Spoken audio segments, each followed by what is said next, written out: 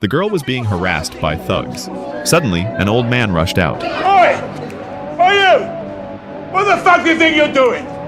When no one paid attention, he shoved the crowd aside and grabbed one of the thugs. He warned them to back off, or he'd smash their teeth in. The thugs burst out laughing. How could an old man near the grave think he could play hero? But the old man pulled out brass knuckles and dropped one thug with a single punch.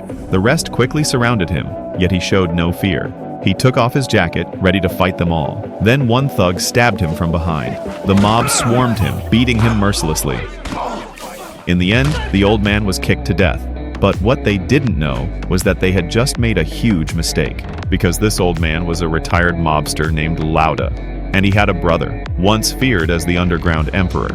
When Richie learned his brother was killed, he rushed back, swearing revenge. Their old partner, Baldy, was already waiting at the airport. They were brothers in arms from the old days. Together, Richie and Baldy stormed the crime scene, seeing his brother's blood was still on the ground. Richie was even angrier.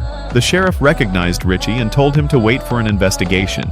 But Richie had no faith in the police, because he had already found a video of the attack online. Soon, he tracked down the victimized girl. From her, he learned the gang leader's name was Aaron, and he got the whereabouts of his crew.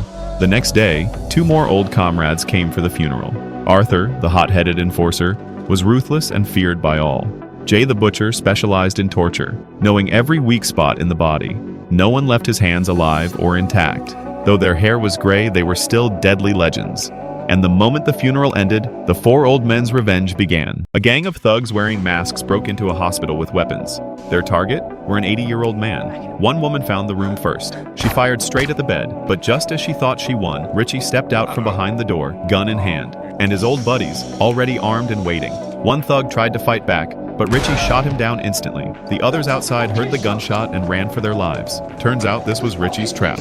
He pretended to be a patient, used the girl to lure them in, just to wipe them out in one move.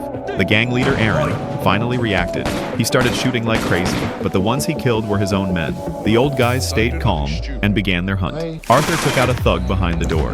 The butcher snuck up from the back, knife down, clean and sharp. They might be old, but their skills were still deadly. The problem was, the enemy had more men. In the chaos, Baldy got shot. The old crew had to retreat to treat his wound. With cops about to arrive, Aaron grabbed the girl, threatening them to surrender. To protect her, Richie and his crew walked out. Aaron aimed his gun, but one of his own men tackled him. That guy had enough of Aaron's cruelty and chose justice in the end. Richie picked up a gun, but the magazine jammed. Aaron charged at him. Richie threw the gun away and punched him to the ground. Aaron grabbed the gun back, forgetting it had no bullets. Right then, the police arrived. They saw Aaron holding the gun and shot him on the spot. But this too was part of Richie's plan. The girl had already called the cops, just to let them finish Aaron. Now the old men stood as victims. The police couldn't touch them. The man raised a hammer. He smashed the floor with fury. Every strike was filled with rage. Then he broke through the cement, uncovered a long buried chest. Inside were weapons and gold. This man was once a top killer. After taking hundreds of lives, he chose to retire. But now he was coming back, all because of a dog. One day, John was fueling his car as usual. A thug stopped him, trying to buy his car cheap. John refused without hesitation and drove away. But the arrogant thug couldn't let it go. That night, John was awakened by his dog's bark. He went downstairs to check. Suddenly, a heavy blow knocked him down. It was the same thugs from earlier. They beat him and killed the dog his wife had left him. Then they left in triumph, stealing John's car. But they had no idea who they had just provoked.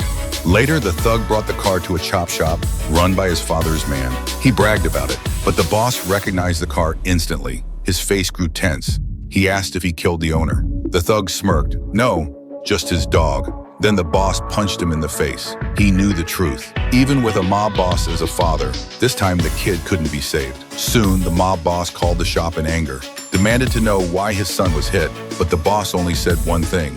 He stole John Wick's car and killed his dog. The mob boss froze. He quickly hung up the phone. Fear filled his face as he went downstairs. When his son came home, he struck him across the face. The son protested, saying it was just an ordinary man. But the father said that ordinary man was John Wick. I once saw him kill 3 men in a bar. With a pencil. With a fucking pencil. The mob boss knew John would come for his son, so he chose to strike first. He sent 12 assassins to John's house in the dead of night, but they didn't realize they had just stepped into the Reaper's domain. The man smashed open the wall, and to his shock, a pile of cash fell out. His teammates rushed in, tearing down the entire wall. Bundles of money came crashing down. They had never seen so much cash in their lives. Then they realized every single wall in the house was stuffed with money. There was so much cash they couldn't even fit it in a single vehicle. Turns out, this was the hideout of a South American drug lord, and they were special forces sent to capture him. Soon, a helicopter arrived for extraction. They loaded 50 million into the cabin and strapped another 200 million underneath. The total weight was 2.7 tons. The chopper was clearly struggling. After crossing the jungle, they still had to climb the Andes Mountains, but the helicopter was too heavy to ascend. Helpless, they dumped the 50 million inside the cabin. The aircraft finally regained balance. But just when they thought they were safe, the overloaded helicopter malfunctioned, forcing them to make an emergency landing. To survive, they threw away the remaining 200 million. At last, the helicopter crash-landed into a wheat field. Luckily, no one was killed. But when they crawled out to retrieve the cash, they found the local villagers surrounding the bags.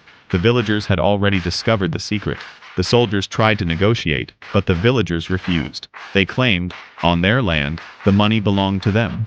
Armed with weapons, they were anything but friendly. Negotiations failed and the crowd grew more aggressive. Then suddenly, a villager pulled out a knife. The old woman cowered in the corner, trembling with fear. Turns out there were 2 armed thugs were robbing the store. They stole the money, gunned down the clerk. She thought they would leave after the robbery, but she underestimated their cruelty. What the thugs didn't know was the 80-year-old woman they killed had 4 sons who once ruled the underworld. On the day of the funeral, the entire town gathered to mourn. Everyone was furious at her tragic death. This woman had no children of her own, yet she spent her life helping hundreds of orphans find families. Only 4 boys were too wild to be adopted, so she raised them herself. The eldest brother was ruthless. In his youth, he led his siblings through the criminal world, and within years they had unified the local gangs. But under the old woman's guidance, they slowly left that life behind and started living their own lives. Now, with their mother's death, the 4 brothers reunited once again. The turkey on the table should have been brought home by their mother. Now it only tasted of bitterness. They could not accept her death and swore to take revenge. The next day, a man who had once been helped by their mother came forward with a lead. He said a street punk had witnessed the robbery and recognized the killers. The brothers rushed to the punk's home, but the moment he saw them, he tried to run. He didn't want to get involved. They chased him down, only to find him hiding inside. Without hesitation, the eldest cut the ropes blocking their way and forced him to talk. Under their pressure, the punk finally revealed the names of the killers. With the information in hand, the 4 brothers armed themselves, ready for a fight to the death. These 2 robbers shot an old lady, which enraged her 4 ruthless sons. The 4 brothers overturned the robbers' car, trying to find out who ordered them to kill their mother. But the robbers stayed silent, knowing that speaking would cost them their lives. The eldest brother didn't waste time. He shot both robbers on the spot. The killers of their mother were dealt with, but the mastermind remained unknown. One day, the eldest and the 4th brother went out looking for clues when suddenly someone from the insurance company showed up. It turned out the 2nd brother had bought high-value life insurance for their mother, worth $400,000. With their mother dead, the money needed to go to the 2nd brother. From the insurance agent, they learned that the 2nd brother had been harassed by government officials in his business and recently went bankrupt. The 3rd brother immediately became suspicious and decided to keep an eye on the 2nd brother. He discovered the 2nd brother had indeed gone to the bank to cash the insurance. The 3rd brother told the eldest, who immediately confronted the official who had harassed the 2nd brother,